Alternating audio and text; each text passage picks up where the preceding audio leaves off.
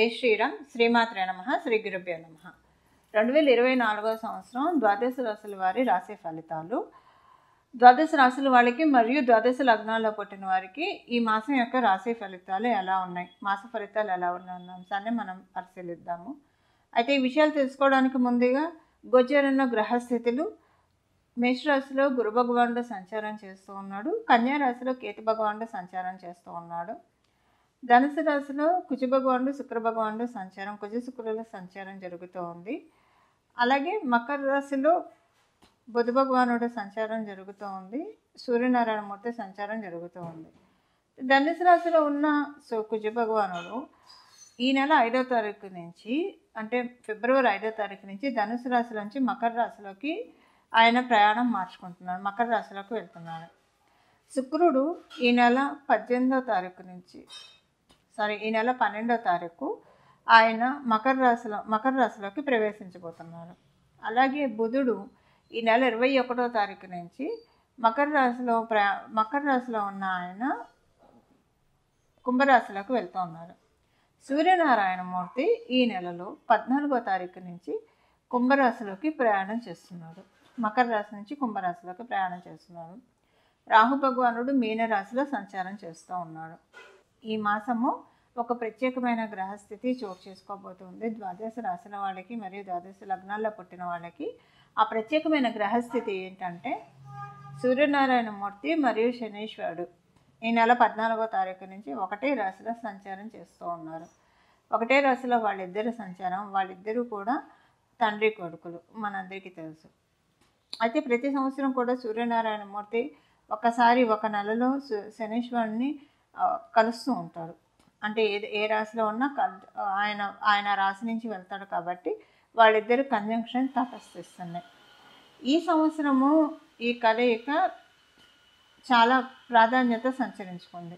ఎందుకంటే వీళ్ళిద్దరి కలయిక కుంభరాశిలో జరుగుతూ ఉంది కాబట్టి ఇంకా బహు ప్రాధాన్యత సంచరించుకుంది. ఆ ప్రాధాన్యత ఏంటి? ఆ ప్రాధాన్యత వల్ల ద్వాదశ రాశుల వాళ్ళకి, ద్వాదశ లగ్నాల వాళ్ళకి ఎలాంటి ఫలితాన్ని వీళ్ళిద్దరూ కలిసి ప్రసాదించబోతున్నారు తదితర విషయాలన్నీ, ఒకవేళ మీకు అనుకూల స్థానాల్లో లేకపోతే కనుక ఏ రెమెడీ చేసుకోవడం వల్ల ఈ ఫలితాన్ని మీరు అందుకోగలుగుతారు అన్న అంశాలన్నీ కూడా మనం ఒకసారి తెలుసుకోవడానికి ప్రయత్నిద్దాం. ధనుస్సు రాశి మరియు ధనుస్సు లగ్నంలో పుట్టిన వాళ్ళకి ఈ వారం మీకు అంటే మీ టైం అంతా కూడా మాటే. ఇప్పుడు మనకి చాలా చేస్తూ ఉంటాము, ఏదైనా ఒక పని చేయాలంటే పెట్టుబడి కావాలి. ఒకవేళ ఒక ఇల్లు కొనుక్కోవాలన్నా దానికి మనం డబ్బులు కట్టాలి. ఏదైనా బిజినెస్ స్టార్ట్ చేయాలంటే పెట్టుబడి ఉండాలి.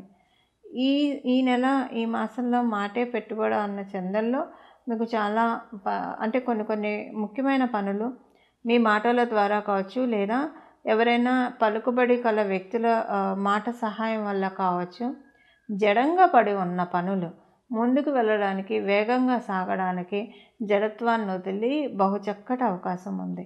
అలాగే ఈ వారం మీకు భుజానికి కాలర్ బోన్ ఇష్యూస్ రావడానికి అవకాశం ఉంది.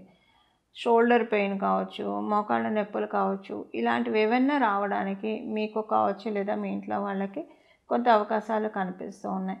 సో ఈ విషయంలో కొంచెం మీరు చూసుకోవాలి. ఏదైనా చిన్నది వచ్చినా సరే వెంటనే దాన్ని రెక్టిఫై చేసుకోవడానికి ప్రయత్నించండి. తండ్రి గారి ఆరోగ్యం పట్ల కొంచెం చిన్న తండ్రి గారికి ఆరోగ్య సమస్యలు వచ్చే అవకాశం ఉంది. మీకు కనుక తండ్రి గారు లేకపోతే మీ పై అధికారులతోటి చిన్న చిక్కులు సమస్యలు వచ్చే అవకాశం ఉంది. ఒకవేళ మీరు ఉద్యోగస్తులు కాకపోతే వ్యాపారస్తులు అయితే కనుక ఈగో క్లాషెస్ వల్ల ఏమైనా ప్రాజెక్ట్స్ చివరి దాకా వచ్చి చేజారిపోయే అవకాశం ఉంది. లేదా ఆల్రెడీ మీకు చివరి దాకా రాలేదు, ఆల్రెడీ మీరు ఏదైనా మంచి ప్రాజెక్ట్లో కావచ్చు, లేదా ఒక మంచి కాంట్రాక్ట్తో కావచ్చు మీరు మీ వ్యాపారంలో ఉండి ఉంటే కనుక అది విత్డ్రా అవ్వడానికి కొంత అవకాశం కనిపిస్తూ ఉంది. సో కొంత మిమ్మల్ని పక్కన పెట్టే అవకాశం కనిపిస్తుంది. ఈ విషయంలో కొంచెం జాగ్రత్త వహించాల్సిన అవసరం ఎంతైనా ఉంది. ఈ విషయాల్లో జాగ్రత్తగా ఉంటే మిగతా విషయాల్లో అంతా కూడా బాగానే ఉన్నట్లే ధనుసు రాశి మరియు ధనుసు లగ్నంలో పుట్టిన వాళ్ళకి.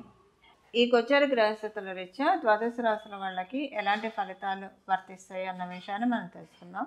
ఈ విషయాలు తెలుసుకోవడానికి ముందుగా ద్వాదశ రాశుల్లో పుట్టిన వాళ్ళు ఈ రాశి ఫలితాలు ఎలా అన్వయించుకోవాలన్న విషయాన్ని కూడా మనం ఒకసారి పరిశీలిద్దాం. ద్వాదశ రాశులు ద్వాదశ లగ్నాలు, అవే రాశులు అవే లగ్నాలు. మీరు ఏ రాశిలో పుట్టారో మీకు తెలుస్తుంది కాబట్టి రాశి ఫలితాలు మీరు చూసుకోవచ్చు.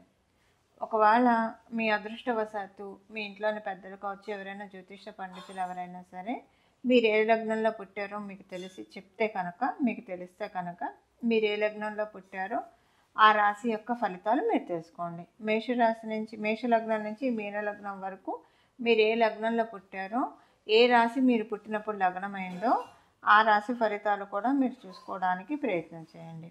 అలాగే మీరు ఇప్పుడు ఈ గోచార గ్రహస్థితుల ఫలితాలు మీ జన్మజాతకం కనుక బాగా ఉంటే, గోచారంలో బాగా ఉంటే ఇంకా చక్కటి ఫలితాలను మీరు చూస్తారు. మీ జన్మజాతకం ప్రస్తుతం బాగోలేదు, కానీ గోచారంలో మీ రాశి వాళ్ళకి మీ లగ్నం వాళ్ళకి బాగా ఉంది, మిశ్రమమైన ఫలితాలను ఇస్తుంది, గోచారం కాపాడుతుంది. అలాగే మీకు జన్మరాశిలో మీ జన్మజాతకంలో బాగాలేదు, గోచారంలో కూడా బాగోలేదంటే కొంత మీరు పరిహారాలు చేసుకోవాలని చెప్పి అర్థము, దాన్ని తప్పించుకోవడానికి. అలాగే ఇంకొకటి, మీ రాశి మీకు తెలిసి మీ లగ్నం కూడా తెలిస్తే కనుక రెండు ఫలితాలని చూసుకోండి. రెండిట్లో మీరు అంటే రీకన్సైల్ చేసుకోవాలి. ఒకవేళ కనుక మీకు రాశిలో ఉద్యోగం సంబంధించిన విషయాల్లో బాగోలేదని వస్తే, మీ లగ్నంలో బాగుందని వస్తే అది యావరేజ్ అవుతుందని తెలియాలి. ఏదైనా ఒక అంశం రెండిట్లో బాగోలేదని వస్తే అది మీరు కొంత ఏంటంటే జాగ్రత్త వహించాలని అర్థం. రెండిట్లో బాగుందని వస్తే చాలా బాగుంటుంది. దానికి మీ జన్మజాతకం కూడా బలంగా ఉంటే కనుక ఇంకా మంచి చక్కటి ఫలితాలు ఉంటాయి, చాలా స్ట్రాంగ్గా వెళ్తారని చెప్పి అర్థము. ఇలా మీరు చూసుకోవడానికి ప్రయత్నించండి. ఇక మనం రాశి ఫలితాలు తీసుకునే ప్రయత్నం చేద్దాం. చూశారు కదండి, ద్వాదశ రాశుల వారి మరియు ద్వాదశ లగ్నాల వాళ్ళ ఫలితాలు. అయితే ఏ రెమెడీ చేసుకుంటే ఈ మాసం అంతా కూడా చాలా చక్కటి శుభ ఫలితాలు వస్తాయన్న విషయాన్ని మనం చూద్దాము. ఈ ద్వాదశ రాశుల వాళ్ళకి ఈ ఫలితాల రీత్యా ఏ పరిహారం చేసుకుంటే ఈ మాసం అంతా కూడా సానుకూలంగా ఉంటుంది అన్న అంశాన్ని మనం ఒకసారి చూద్దాం. మీరు ఏ రాశిలో పుట్టినా సరే, ఏ లగ్నంలో పుట్టినా సరే, మనకి మెయిన్ ఏంటంటే మన జీవితాల్లో మనం పొద్దున్నే లేస్తే ఇంత వెలుగు ఉందంటే, ఇంత ప్రకాశంగా మనకి డే అంతా వెళ్తుందంటే దానికి కారణం కేవలంగా సూర్యనారాయణమూర్తి కుంభరాశిలోకి ఈ మాసంలోకి రాకపోతూ ఉన్నారు. అందువల్ల సూర్యనారాయణమూర్తి కుంభరాశిలోకి రావడం అనేది నిజంగా చాలా స్పెషల్ థింగ్. కుంభరాశిలోకి ఆయన వచ్చి ఆయన సింహరాశి మీద పరిపూర్తి దృష్టి పెడతాడు కాబట్టి ద్వాదశ రాశుల వాళ్ళకి, అలాగే ద్వాదశ లగ్నాల వాళ్ళకి కూడా మీ పేరు ప్రతిష్టలు ఇనుమడింప చేసుకోవడానికి ఈ మాసంలో చేసే ఈ పరిహారము చాలా చక్కగా ఉపకరిస్తుంది. ఆ పరిహారం ఏంటో మనం ఒకసారి తెలుసుకోవడానికి ప్రయత్నిద్దాము. జగత్ అంతటికీ వెలుగుని ప్రసాదించే సూర్యనారాయణమూర్తిని చరణాన్ని ఈ మాసం అంతా కూడా మనం ఆశ్రయించాలి. అయితే ఎవరైతే రోజు విష్ణు సహస్రనామాన్ని చదవగలిగిన వాళ్ళు విష్ణు సహస్రనామాన్ని చదవడము, కొంతమందికి విష్ణు సహస్రనామాన్ని చదవడం రాదు.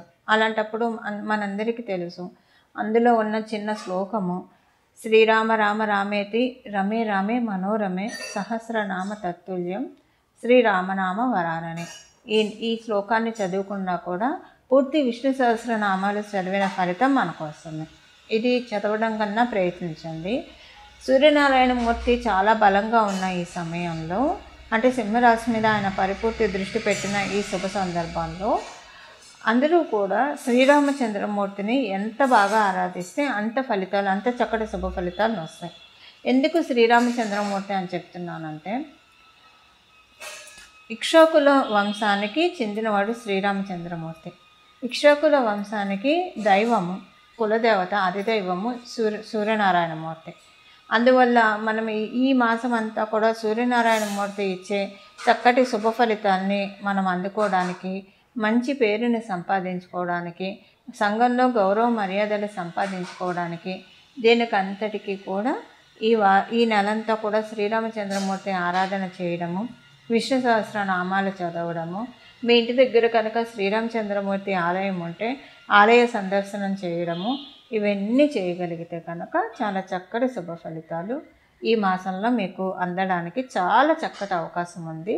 ఈ మాసంలో మీరు చేసే ఈ పరిహారం వల్ల రాబోయే మాసాల్లో కూడా కొన్ని మంచి ఫలితాలను చూడటానికి చక్కటి అవకాశం నిస్సందేహంగా ఉంటుంది. మంగళం. నమో భగవతే వాసుదేవాయ.